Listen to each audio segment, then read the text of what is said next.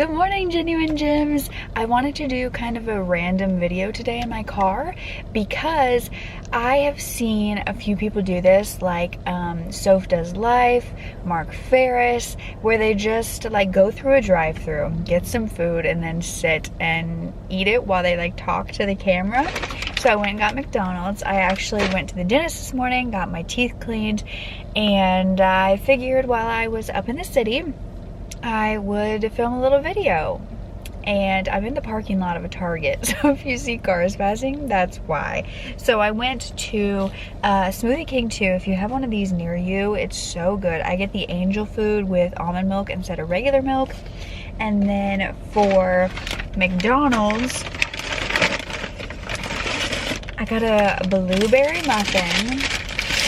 Ooh, it's even warm. So this is what the blueberry muffin looks like. I got a lot because I was really hungry because I didn't want to eat obviously before my dentist appointment. And then I got, if you haven't tried a sausage McGriddle, it's basically like pancakes with syrup in it and then a sausage patty. And then I also got a hash brown. I used to love watching mukbang videos when I didn't have anyone else to eat with. And I feel like they're not really popular anymore, but I really still like them.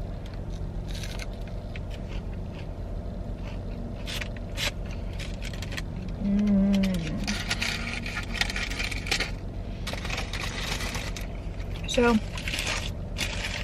I wanted to talk to you guys about the fact that I know a lot of people are struggling with the changes of the world, like things going back to normal kind of after being so strange for a year. And I really found, like, especially today when I went to the dentist and I was like, talking to the dental assistant and we were just having a normal conversation and I was doing small talk and, there was a time in my life when I was so extremely shy and socially anxious, I would refuse to go anywhere, make any appointments for myself because I could not talk to anybody. I couldn't give them even the information they needed. I didn't want to have to deal with that because it seriously gave me so much anxiety.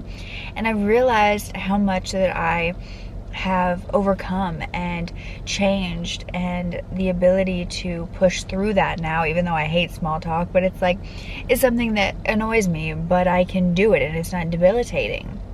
And I think it's something I want to share because a lot of the times when you are in that anxious state of mind, you think I'm always going to be this way and there's no hope for me in the future. Or, this kind of life is not what I'm going to ever get used to, like a regular life. And I think especially right now with people being like, I haven't socialized in a year. I don't know how to do it anymore. I don't want to do it anymore. It makes me so anxious. I just want to remind people, hang on, I got really hungry apparently. I want to remind people that you are so much stronger than your brain tells you you are. And even though sorry that you can only see like half of me. I'm trying not to be like right in the middle of the parking lot. But I don't know, there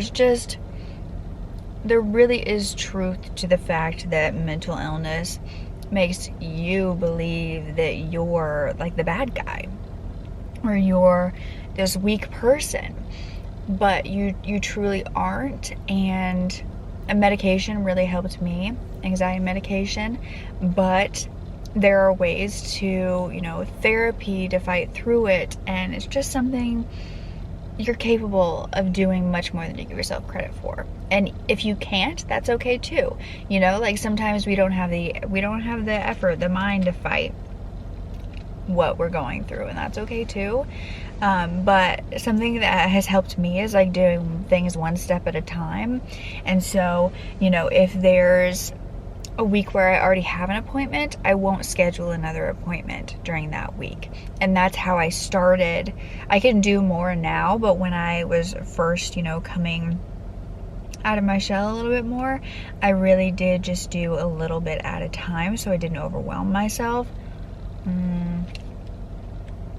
Well, I was just so proud of myself today because we were having like a full-on conversation. She was telling me about her daughter. I was telling her about my job, and it just felt so natural, and I was I wasn't freezing, I wasn't, you know, tongue-tied. There were still times when I was awkward. I don't think that's ever gonna go away. I used to seriously, if I would flow out my words, I wouldn't talk to anybody for like a month, and I'd be like, other than like my family and friends and stuff, but I would be like, that's it, you know, I cannot talk to strangers. I'm not going to embarrass myself anymore. But it really does get better with time and also continuing to do it. And so after this year long of us being in our homes, not talking to anybody, I've kind of reverted back a little bit to how I was when I was younger, before I started working on myself. And so I'm kind of in the same position as everyone else, is just trying to get back out there again. But I think it's a lot harder than we all anticipated. I don't know, I hope that helps one of you, but I've just been, you know, slowly trying to put myself back out there. However, not on dates. I've been on some pretty bad dates. Not recently, but, you know, a little while ago. And I'm just like, I'm over it, you know? The dating apps just aren't for me. And I was on a dating app and then it crashed. And so I just deleted the app. I was like, this is a sign I'm not supposed to have a dating app. And I just deleted it. And I haven't looked back. I truly do just think I'm someone who needs the energy of another person. I need to be able to feel that to know if we would even be compatible on any level. Yes, that's what a first date is for, but also I'm someone, I don't like to waste my time. So if I'm going to talk to you through the talking stage and then go on a date and then realize that you don't have the right energy, I don't know, there's something about that I just don't.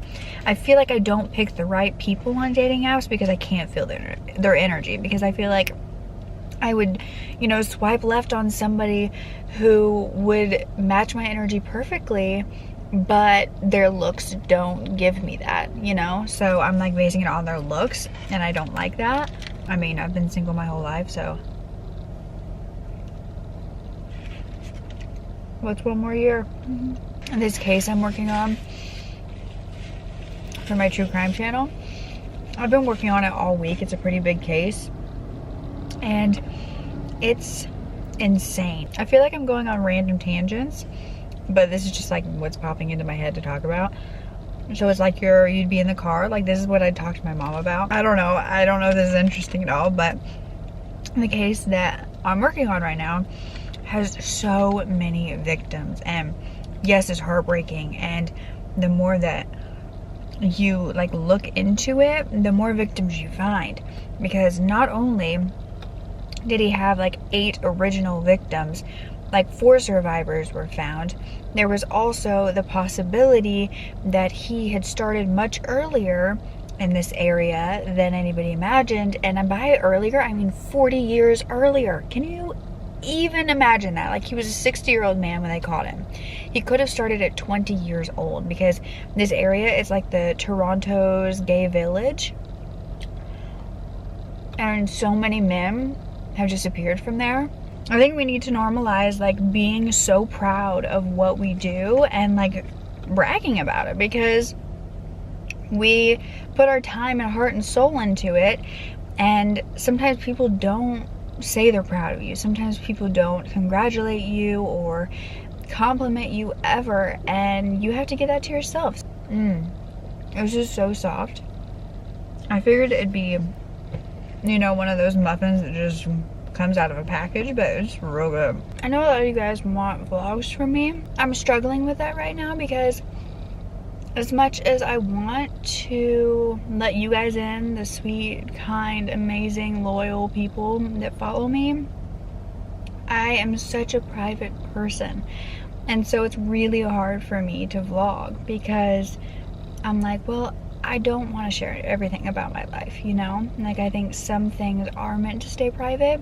And so it's like finding that balance is really difficult. So I'm still gonna do vlogs in the future, but just know that like, if you don't see a lot of my personal life, it's not because I'm hiding it, it's just because I just want it for me. I think it's okay to just put the camera down and not want to vlog it. So I don't know if this is even interesting to you guys. I just wanted to sit down and talk and, you know, let you guys know where I'm at and what I'm feeling. And also I just needed to eat, so I figured why not vlog it.